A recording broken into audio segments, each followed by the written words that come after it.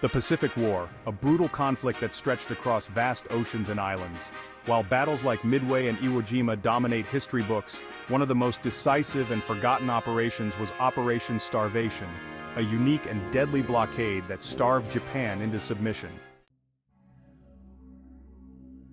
As the war reached its final year in 1945, Japan found itself increasingly isolated. Its empire was crumbling and its supply lines, vital for sustaining both its military and civilians, were strained to their limits.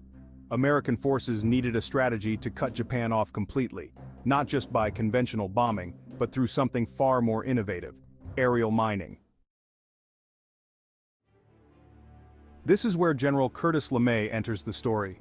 Known for his relentless bombing campaigns, LeMay introduced the concept of mining Japan's waterways. But these weren't ordinary mines. They were precision-placed by B-29 bombers, dropped into key harbors, rivers, and sea routes. Over 12,000 mines were laid, targeting shipping lanes that fed Japan's war machine. These mines were engineered to drift, detonate on contact, or be triggered by the magnetic fields of passing ships. For Japan, this meant a slow stranglehold that disrupted imports of food, oil, and raw materials, crippling their ability to continue the fight. Part 3. The impact. The operation was devastatingly effective. Japanese shipping was reduced by 60%.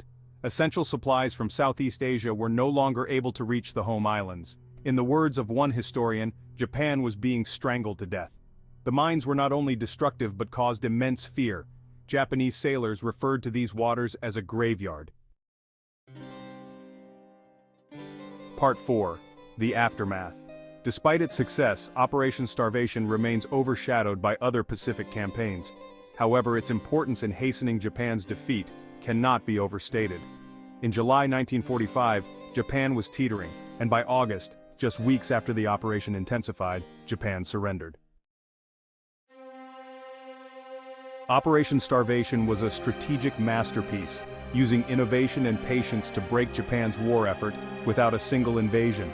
Yet, this operation remains one of the lesser-known stories of the Pacific War, forgotten by many, but never lost to history. This is the story of how mines, not bombs, brought Japan to its knees.